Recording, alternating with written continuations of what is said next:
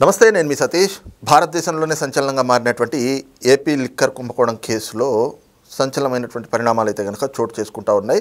అయితే మొదటి నుంచి కూడా అసలు కుంభకోణమే లేదు, కావాలని చెప్పి రాజకీయ కక్ష సాధింపులో భాగంగానే ఇలాంటి ఒక తప్పుడు కేసును పెట్టి అక్రమ అరెస్టులు చేస్తూ ఉన్నారు. దీనిపైన మేము న్యాయ పోరాటం చేస్తాం అని చెప్పేసి వైసీపీ నేతలు మరి గగ్గోలు పెడుతున్నటువంటి వైనాన్ని కూడా చూస్తూ ఉన్నాం. అయితే అరెస్ట్ అయినటువంటి నిందితులకి మరి కోర్టులో మాత్రం ఎక్కడా ఊరట లభిస్తున్నటువంటి పరిస్థితులు కనిపించట్లేదు. అయినా కూడా తప్పుడు కేసు అంటూ వైసీపీ చేస్తున్నటువంటి వాదనని ఎలా చూడాలి అనేటువంటి అంశం మనతో విశ్లేషించేందుకు సీనియర్ జర్నలిస్ట్ దుర్గా కుమార్ గారు ఉన్నారు. సార్ నమస్తే.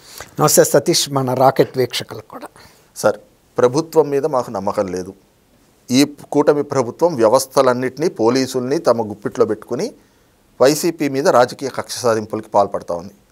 లిక్కర్ కుంభకోణం కూడా అలాంటి రాజకీయ కక్ష సాధింపులో భాగమైనటువంటి కేసే. మాకు న్యాయస్థానాల మీద నమ్మకం ఉంది, మేము న్యాయ పోరాటం చేస్తామని అంబటి రాంబాబు లాంటి వాళ్ళు చెప్పినటువంటి తీరుని కూడా మనం చూసాం. మరి ఈ రోజున ఆ కేసులో అరెస్ట్ అయినటువంటి వాళ్ళు ప్రతి ఒక్కళ్ళు కూడా బెయిల్ పిటిషన్లు వేసుకుంటా ఉంటే 12 మంది అరెస్ట్ అయిన వాళ్ళకి కోర్టులో మాత్రం మరి ఎక్కడ ఊరట లభించట్లేదు. బెయిల్ పిటిషన్లు డిస్మిస్ అయిపోతూ ఉన్నాయి. ఇక చెవిరెడ్డి భాస్కర్ రెడ్డి పైన అయితే కనుక జడ్జి గారే సీరియస్ అయ్యారు అన్నది మనం విన్నాము.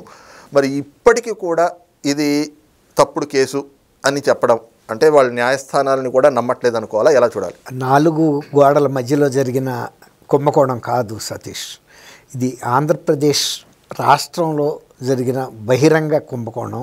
ప్రతి గ్రామంలో, ప్రతి వీధిలో, ప్రతి 10 ఇళ్లలో కనీసం 3-4 తాగేవాళ్ళు ఉంటున్నారు. అందుకే కదా ఇంత ఆదాయం వచ్చింది వాళ్ళకి.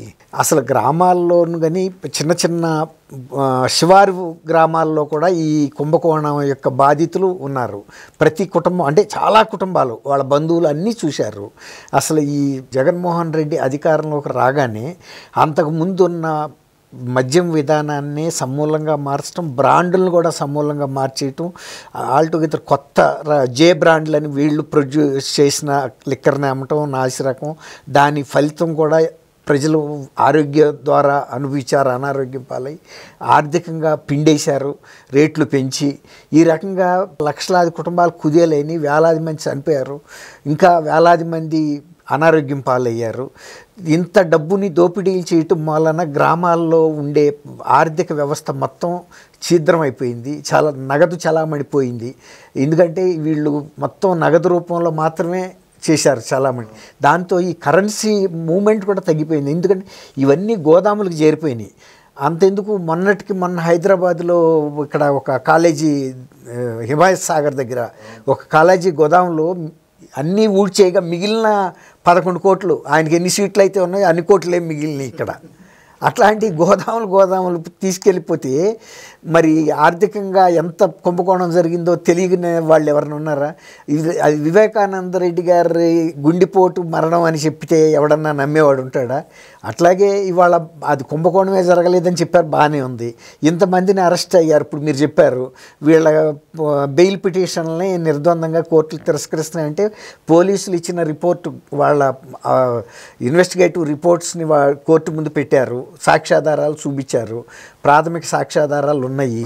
తర్వాత ఫిజికల్గా కూడా వీళ్ళు ఎక్కడెక్కడ డబ్బులు దాచారు, ఎట్లా మొబలైజ్ చేశారు, తర్వాత ఈ లిక్కర్ కుంభకోణంలో ఎలాంటి బ్రాండ్లు అమ్మారు, ఇవన్నీ కూడా పూర్తి ఆధారాలు. తర్వాత ఎవరైతే ఆ గొడౌన్స్ అంటే క్యాష్ డెన్లో నిర్వహించారో ఆ వ్యక్తులు ఇచ్చిన వాంగ్మూలం ఉంది.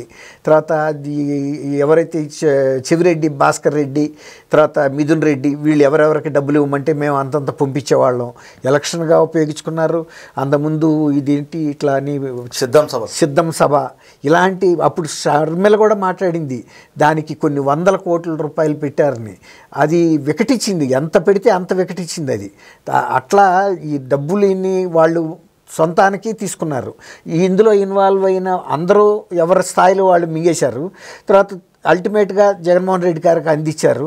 తర్వాత కొంత విదేశాలకు పంపించేసి అక్కడ ఆఫ్రికన్ కంట్రీస్లో స్టీల్ ఫ్యాక్టరీలు, ఫుడ్ ప్రాసెసింగ్ యూనిట్స్ పెట్టడానికి సంబంధించిన ప్రణాళికలు అమలు చేస్తానికి చూశారు. కొంత యుఏఈ వెళ్ళింది, విపరీతమైనటువంటి గోల్డ్ కొన్నారు, ప్లాటినం కొన్నారు.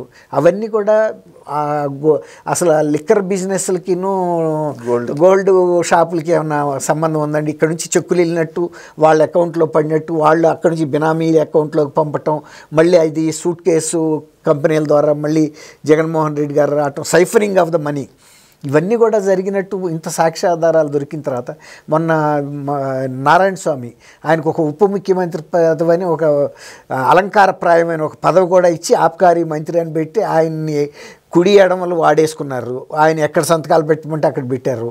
అసలు ఆయనకి అమాయకుడని నేను చెప్పట్లేదు, కానీ మనం మంత్రి పదవి ఇచ్చాం కాబట్టి సంతకం పెడతాం అతని బాధ్యత, పెట్టాలి. అందులోనూ అతను పెద్ద పవర్ఫుల్ లీడర్ కూడా కాదు, ఎందుకంటే వాళ్ళు ఒక ఉద్దేశంతో ఇచ్చారు ఇతనికి. ఈయన ఏమనుకున్నాడంటే నేను ఒక దళిత వర్గానికి చెందిన వ్యక్తిని కాబట్టి మా దళితుల్ని ఉద్ధరించడానికి ఇచ్చారని అతను అనుకున్నాడు. కానీ ఇవాళ అతన్ని పోలీసులు పిలిచి అడిగిన ప్రశ్నలకి ఆయన సమాధానం చెప్పలేక ఉక్కిరి బిక్కిరి అయిపోయాడు. అంటే ఈయన భుజం మీద తుపాకీ పెట్టి జనాలను కాల్చేశారు. అంతమంది చచ్చిపోయారు కదయ్యా, నీ భుజం మీదే కదా తుపాకీ ఉందంటే ట్రిగ్గర్ నొక్కింది నే కాదంటాడు ఈయన. భుజం నాదే, ట్రిగ్గర్ ఎవరో నొక్కారు, తుపాకీ కూడా నాది కాదు, భుజం మాత్రం అయింది, అది వాస్తవం. ఇట్లాంటి విచిత్రమైన పరిస్థితిలో దళితుల మీద గతంలోనేమో డైరెక్ట్గా దాడులు చేసి డాక్టర్ సుధాకర్ లాంటి వాళ్ళని, డ్రైవర్ సుబ్రహ్మణ్యం లాంటి వాళ్ళని అట్లా చాలామంది జరిగినాయి. ఇప్పుడు ఒక రాజకీయ నాయకుడిని పెద్ద ఎత్తున మేము పైకెత్తుతున్నామని వాళ్ళనేమో హింసించి కాల్చారు, ఇతను కావలించుకుని చంపేశారు. అతనికి వాళ్ళకి మరణమే వచ్చింది, హింస ద్వారా మరణం ఇచ్చారు. ఇక్కడ కౌగిలింతలో దుస్తరాష్ట్ర కౌగిలి అంటారు చూసారా, ఆ విధంగా ఇవాళ నారాయణ స్వామి ఏం చెప్పుకోలేని పరిస్థితి. తర్వాత సిట్ అధికారులు నమ్ముతారా? ఒక ముఖ్యమంత్రి ఉప ముఖ్యమంత్రి పదవి ఆబ్కారీ మంత్రిగా ఉండి బేసిక్స్ కూడా తెలియలేదంటే కూడా నమ్మరు కదా. తర్వాత కొంత డబ్బుల విషయం కూడా కొంత ఆయన ఫోనుల్లో కూడా కొంత గమనించినట్టున్నారు, ఇతను ఎవరెవరికి ఫోన్లు చేస్తున్నాడు, ఎవరెవరు ఈయనకి ఫోన్లు చేస్తున్నారని. అయితే అక్కడ ఒకటి ఏంటంటే నెలకు 50 లక్షల రూపాయలు లంసంగా ఒక అమౌంట్లు ఇచ్చారు, ఈయన ఎక్కడ పడితే అక్కడ సంతకం పెట్టమని. కానీ అది కూడా ఒప్పుకోవట్లేదు, అది అంతా ప్రచారమేను, నాకేమి అట్లా కూడా ఇవ్వలేదు అని చెబుతున్నాడు. మరి సంతకాలు వాళ్ళు మంత్రి పదవి ఇచ్చారు కాబట్టి పెట్టక తప్పదు, పెట్టాడు. ఇవాళ బహుశా రేపు నెక్స్ట్ 9వ తారీఖున మళ్ళీ విచారణ ఉన్నట్టుంది, రెండోసారి పిలుస్తున్నారు. ఈ షార్ట్ షీట్ కూడా ఈసారి ఆయనతో విచారణ పూర్తి కాగానే 3rd షార్ట్ షీట్ కూడా వేసేస్తారు. ఒక అవగాహనతో వస్తుంది. ఇప్పుడు ఉప ముఖ్యమంత్రి రాక ఈ కేసు వెళ్ళింది కాబట్టి నెక్స్ట్ బెనిఫిషరీ ఎవరు అన్నప్పుడు అతను చెబుతాడు కదా, నెక్స్ట్ ముఖ్యమంత్రి గారే కానీ మేమంతా ఏదో ఉత్సవ విగ్రహాలవేనండి, అసలు లబ్ధిదారు ఆయనేను, ఇదిగో నాకు వచ్చిన తులమో ఫలమో. శిబు సోరెన్ కూడా గతంలో ఒకసారి మీకు గుర్తుందో లేదో, పివి నరసింహారావు గారు ప్రధానమంత్రి అయ్యే సమయంలో వీళ్ళకి డబ్బులు ఇచ్చాడు. ఆయన ఇస్తే ఆయన ఎంత అమాయకంగా వెళ్ళి పార్లమెంట్ స్ట్రీట్లోనే ఉన్న కెనరా బ్యాంకులో డిపాజిట్ చేసుకున్నాడు. దాంతో పివి గారికి కూడా మూడింది అయ్యే అట్లాంటి సర్కమ్స్టాన్షియల్ ఎవిడెన్స్ దొరికింది. సామాన్యంగా ఆయన కూడా గతంలో ముఖ్యమంత్రిగా చేసినా కూడా అట్లా డబ్బులు తీసుకెళ్ళి ఒకేసారి అన్ని కోట్లు వేసేటప్పటికి ఎక్కడి నుంచి వచ్చింది, అప్పటికి ఈ కుంభకోణంలో ఈయన ఉన్నాడని తెలిసింది. అట్లా కొన్నిసార్లు వాళ్ళు ఏంటంటే అంత డీప్గా ఆలోచించరు. వీళ్ళు ఏమనుకుంటారు, మనం ఇచ్చిన డబ్బుని ఏదో సేఫ్గా వాళ్ళ రాష్ట్రానికి జార్ఖండ్ పంపించుకుంటాడు అనుకుంటారు తప్ప ఇంత అమాయకంగా దొరుకుతాడని అనుకోరు కదండి. ఇప్పుడు ఇది నారాయణ స్వామి పరిస్థితి కూడా జగన్మోహన్ రెడ్డికి అలాగే చుట్టుకుంటుంది. నారాయణ స్వామి ఎందుకు తీసుకుంటాడు రిస్క్? ఆయన ఏమంటున్నాడు, నేను గతంలో మండల సమితి ప్రెసిడెంట్గా పనిచేశాను, నేను నిజాయితీగా బతికాను, ఎంత నాకు తెలీదు, నా పిల్లలు కూడా ఏదో బ్యాంక్ లోన్లు తీసుకున్నారు. సరే బ్యాంక్ లోన్లు కొంత తీసుకున్నా కొంత ఈ డబ్బు కూడా కలిసి ఉండొచ్చు సన్నీళ్ళకి వేడి నీళ్ళుగా. అయితే దాన్ని కూడా విచారణలో బయటకు ఇప్పుడు ఆయనే చెప్పాడు, ఆ భవనాలు ఎంత పెట్టి వీళ్ళు లోన్ తీసుకున్నారు, ఎంత కట్టారనేది కూడా ఇప్పుడు స్కానర్ కిందకు వస్తాయి. ప్రతి ఎస్ఎఫ్టీకి కాస్ట్ ఉంటుంది. సతీష్ గారు ఒక పెద్ద ప్యాలెస్ కట్టి నేను ఒక 25 లక్షల బ్యాంకులో లోన్ తీసుకొచ్చానంటే నమ్మంగరు కదా, నీ 25 లక్షలకి ఫ్లోరింగ్ రాదు, అంతే కదా. ఈ ప్యాలెస్ ఇంత కట్టారంటే ఒక ఎస్టిమేషన్ వేస్తారు, ఆ మిగిలిన డబ్బులు ఏంటో చెప్పమంటారు. ఇప్పుడు ఒక రకంగా ఇప్పుడు వాళ్ళ పిల్లల్ని కూడా ఇబ్బందుల్లోకి నెట్టాడు ఆయన ఆ మాట చెప్పడం ద్వారా.